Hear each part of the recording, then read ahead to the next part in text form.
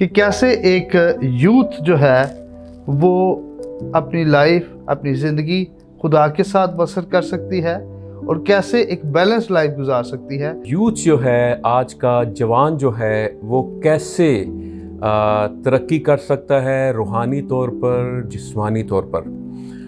Bible مقدس میں اگر ہم دیکھیں تو خدا جو ہے وہ یوتھ میں ہمیں انٹرسٹڈ نظر آتا ہے۔ پہلا انسان جو بنایا گیا وہ آدم تھا۔ آدم جب بنایا گیا تو وہ ایک جوان تھا، اور خدا نے جو چیز بھی بنائی اس دنیا میں وہ اس کی فل فارم میں تھی، وہ اس کو میچور خدا نے بنایا۔ خدا جوانوں سے پیار کرتا ہے، اور خدا نے اپنی خدمت کے لیے، اپنے کام کو کرنے کے لیے جوانوں کو چنا، اور آج بھی خدا جوانوں کو چنتا اور اپنے جلال کے لیے استعمال کرتا ہے۔